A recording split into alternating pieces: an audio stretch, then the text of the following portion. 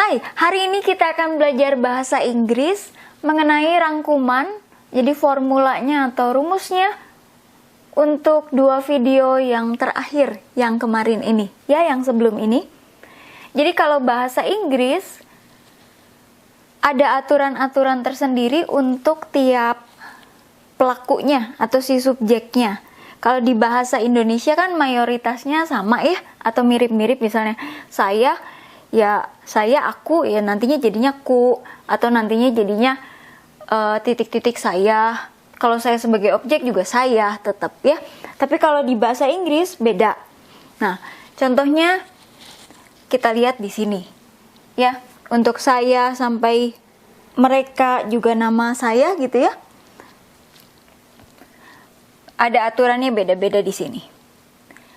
Kita akan pelajari lagi lewat kalimat-kalimat ini untuk lebih hafal lagi di mana letaknya, ya. Kalimat yang ke-1, this is, ini adalah titik-titik-titik house, rumah.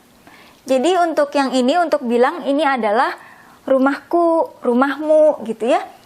Si titik-titik ini berfungsinya sebagai ku, mu, atau nya. Walaupun rumahnya ditulisnya sesudah ku atau mu atau nya. Kalau bahasa Indonesia kan rumahku. Kalau ini misalnya ku rumah, mu rumah istilahnya, ya. Titik-titik-titik house. Isinya yang di kolom ini, ya. Kalau mau bilang this is rumahku, my house. This is, ini adalah rumahmu.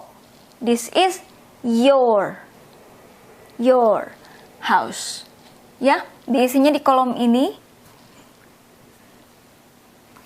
Jadi artinya ku, mu, nya, walaupun si bendanya ditulisnya setelah ini. Setelah si ku, mu, nya. Ya. Nah, kita baca ini nanti. Sekarang langsung ke kalimat yang kedua dulu. Kalimat yang kedua, this house is, this ini, house rumah, is adalah. Terjemahannya, rumah ini adalah. Nah, kalau seperti ini, si bendanya, si rumahnya udah disebut duluan. Kita harus ngisinya pakai milik siapa, punya siapa, kepunyaan siapa, gitu ya. Nah, kalau bendanya udah ditulis duluan atau udah disebut duluan, dalam hal ini this house atau rumah ini, si titik-titik ini isinya pakai yang di kolom ini. Karena harus bilang milikku, kepunyaan, punya, harus ditulis milik, kepunyaan, punya. Jadi ya, artinya yang di sini, ya. Kalau kita mau bilang this house is, rumah ini adalah punya saya, milik saya, kepunyaan saya, atau milikku, kepunyaanku. This house is mine.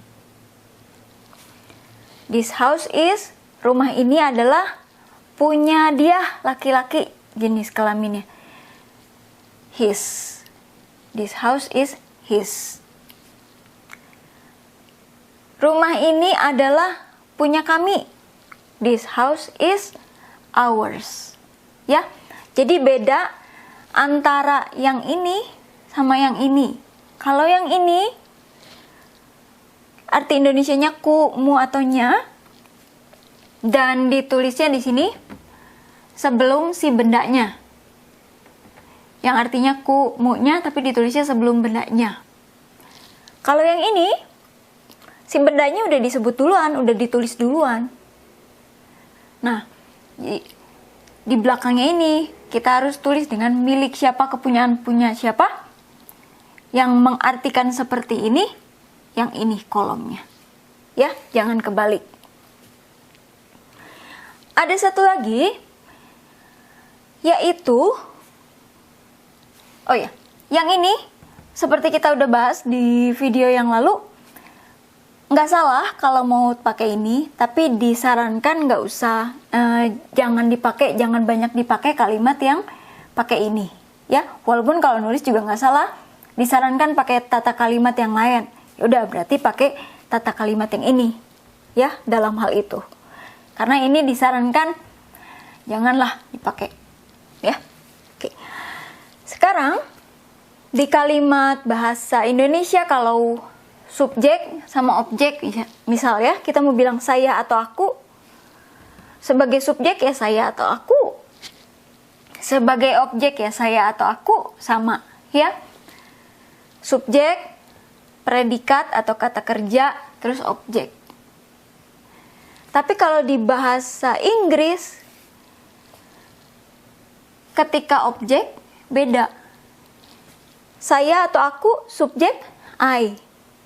Tapi saya atau aku, objek me. Kami atau kita, subjek we. Kami atau kita, objek us. Mereka, they, kalau subjek. Kalau sebagai objek, them. Ya.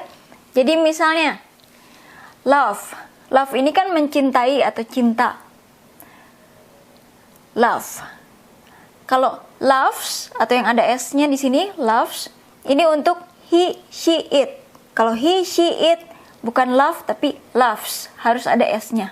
He sit, he see it, he sit. Pokoknya s aja gitu terus ya. Jadi he, she, it loves. Contohnya, kalau kita mau bilang I love, saya suka atau saya mencintai dia yang perempuan gitu ya. Saya atau aku kan I love dia atau ia yang perempuan, nggak boleh she karena posisinya objek. Jadi I love her ya. Atau misalnya dia laki-laki, he loves, karena he sit ya, he see it s. He loves mereka, nggak boleh he loves they, tapi he loves them ya. Nah, jadi ini rangkumannya, bahwa ketika ku, mu-nya yang muncul di kalimat ini, yang harus muncul di sebelum si benda, harus pakai di sini. Dan yang ini kalau si bendanya udah ditulis duluan, jadi jawabannya harus ada milik siapa, kepunyaan siapa, punyanya siapa. Jawabannya yang di sini. Diatur menurut yang mana. Dan yang terakhir, secara subjek dan objek beda kalau di bahasa Inggris. Jadi nggak ada lagi misalnya she loves he, nggak ada. Tapi she loves him ya. Sebagai subjek dan sebagai objek beda. Objek adalah yang muncul setelah kata kerjanya atau setelah predikatnya. Jadi bukan pelakunya. Kalau di sini kan si pelakunya subjek. Ya. Oke. Perlu kita baca sekali lagi. Baca aja secara cepat ya. I, my, mine, me. You, your, yours, you. He, his, him. She, her, hers, her. It, its, it. We, our, ours, us. They, their, theirs, them. Nah, kalau ini nama, boleh ganti pakai nama kamu sendiri. Ira, iras, iras, ira. bisa kita lihat ada yang menarik juga ya. Jadi kalau di sini sangat-sangat beda. Di sini ditambahin S, di sini malah R-nya hilang. Ini sama-sama ini, ini malah sama-sama ini, ya. Terus mana lagi? Udah ya, ini tambahin S, ini tambahin S. Oke. Terima kasih.